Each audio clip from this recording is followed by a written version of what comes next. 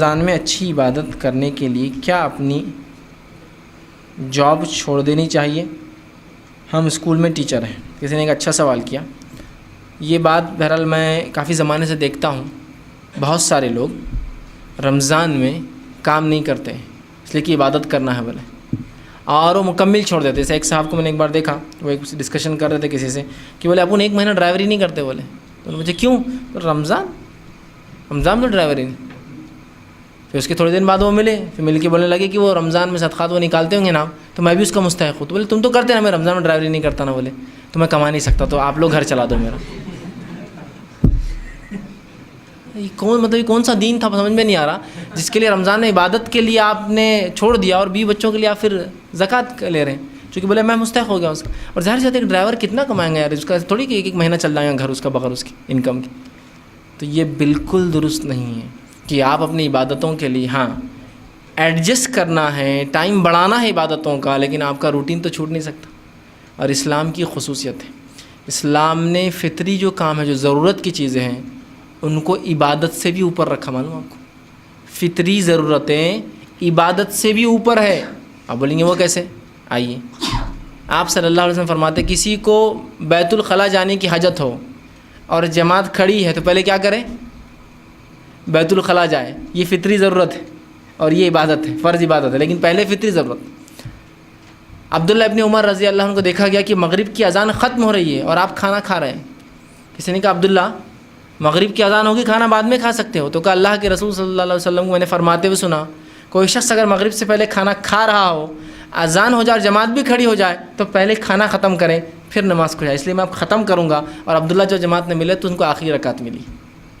کھانا فطری چیز ہے, نماز فرض عبادت ہے, لیکن اس کے بعد پہلے کھانا کھاؤ پھر نماز کو جاؤ. چونکہ بھوکا انسان نماز نہیں پڑھ سکتا. جس انسان کو بیت الخلاء کی ضرورت ہے نماز میں اس کا دل کہاں سے لگے گا؟ بے چین رہیں گا. فطری تقاضوں. اسی طرح رمضان میں روزے فرض ہیں, عبادتوں میں اضافہ کرنا ہے, لیکن کمانا فطری تقاضا ہے نا. بیوی بچے کیسے زندہ رہیں گے؟ تو فطری تقاضا پہلے آئیں گا, عبادت ہے اس کے بعد. لیکن اس کا ہرگز مطلب نہیں کہ نمازیں چھوڑ کر آپ جاب کیجئے, روزے چھوڑ کر جاب کیجئے. معنی یہ کہ ساتھ لے کر چلیے, ایڈجسٹمنٹ کرتے رہیے.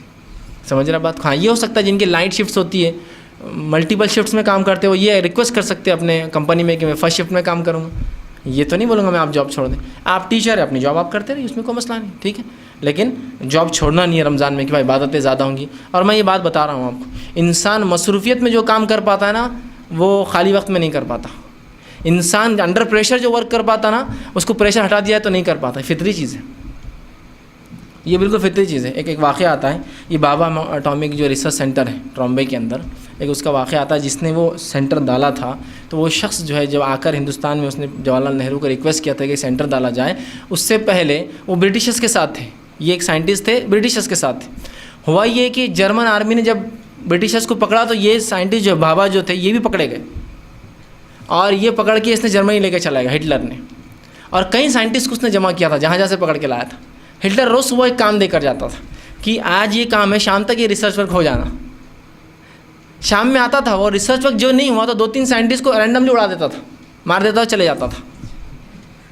بس آیا نہیں ہوا کام, مارا 2-3 کو چلا گیا. وہ جب وہاں سے ہوا, جرمنی ہارا, فلاں ہوا, وہاں سے چھوٹ کر آئے, ہندوستان آئے, پنڈت جواہر لال نہرو کو ریکویسٹ کی کہ ریسرچ سینٹر ڈالا جائے. اس کے بعد 20 سال انہوں نے اور کام کیا, اس کے بعد بھی زندہ رہے. اس کے بعد لکھتے میں جو وہاں 2 سال قید میں تھا, جتنا کام کیا یہ 20 سال میں بھی نہیں کر پایا. چونکہ ہٹلر جب شام میں آئے گولی چلاتا تھا تو ہم صبح دن بھر میں وہ کام کر ہی لیتے تھے کسی بھی حال میں. انڈر پریشر تھے, ایسے ایسے کارنامے انجام دیتے تھے کہ شام تک ہماری موت نہ آئے بول کر. اور یہ 20 سال ریسرچ سینٹر ڈالنے کے بعد میں وہ کارنامے انجام نہیں دے پایا جو اس انڈر پریشر میں کرتا تھا. تو پتہ چلا انسان میں وہ خصوصیت ہے, انڈر پریشر وہ اچھا کام کر پاتا ہے. اگر آپ بولیں گے اب جاب نہیں, کبھی آزمائیں تو دیکھ سکتے, جاب نہیں اپن اب جو گھر میں رہیں گے, تو آپ دیکھیے شوہر بولیں گے آپ تم فری ہے نا, تلن زیادہ کرو, چلو فلاں کام زیادہ کرو, صفائی زیادہ کرو. تو آپ بولیں گے یار جاب اچھی تھی اور عبادت بھی ہو رہی تھی, اب یہاں گھر میں رہ کر ایک تو سب بول رہے ہیں احسان کر رہے, ایسا ہو گیا, چلو اب تم فری ہے تو یہ کرو, چلو تم فری. تو آپ بولیں گے یار وہ اچھا تھا, وہ جاب کرتے ہوئے کتنی عبادتیں ہو رہی تھی. اور آپ خود دیکھیے کہ انسان اسٹوڈنٹ بھی تھا, کالج میں بھی جاتا تھا, کوئی اور ایکٹیویٹی میں بھی شامل تھا, جاب بھی کرتا تھا, لوگوں سے ملاقاتیں بھی کرتا تھا, یہ سب کرتا تھا اسٹوڈنٹ لائف کے اندر. اور جب اس نے اپنے آپ کو ریزرو کر لیا کام کے لیے تو بولتا ہے آج جاب جانا ہی مشکل ہو رہا ہے میرے لیے, اور دوسری ایکٹیویٹی دیگر دینی ہو تو چھٹی کے میں آئی. تو آپ اپنے آپ کو دیکھیے جتنا پریشر میں رکھیں گے نا اتنے زیادہ کام کر پائیں. تو لہٰذا ایسا کوئی شریعت میں نہیں کہ آپ جاب چھوڑ دیں عبادت کے لیے. اور آپ کی حلال روزی کمانا بھی کسی شخص کا ظاہر سی بات ہے کہ عبادت ہوتی ہے, وہ بھی عبادت ہے, اس کو عبادت سے کم مت سمجھیے, اس لیے کہ وہ تو ایک اہم عبادت ہے. حلال روزی کمانا اللہ نے ہم پر فرض کیا ہے نا, اور اسی سے ہم کھاتے ہیں, ورنہ حرام روزی کمائے تو ظاہر سی بات ہے ہمارا عبادتیں بھی اللہ قبول نہیں کریں گے, وہ فرض ہے.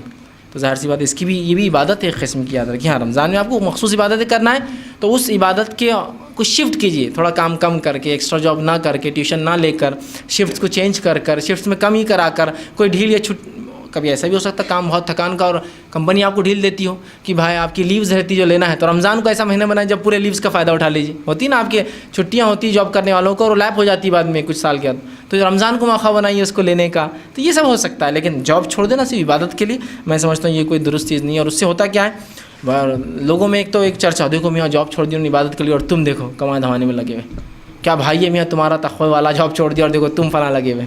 تو خواہ کا یہ تقوی ہو رہا نا, یہ تقوی نیڈیڈ نہیں. آپ صلی اللہ علیہ وسلم کے بارے میں کبھی سنا آپ نے رمضان ہے اور آپ نے سب کام کا چھوڑ دیا اور بولا کہ اب میں عبادت میں لگ گیا, اور صحابہ نے پورا مدینہ بند کر دیا اور کہا چلو ہم عبادت میں لگ گئے.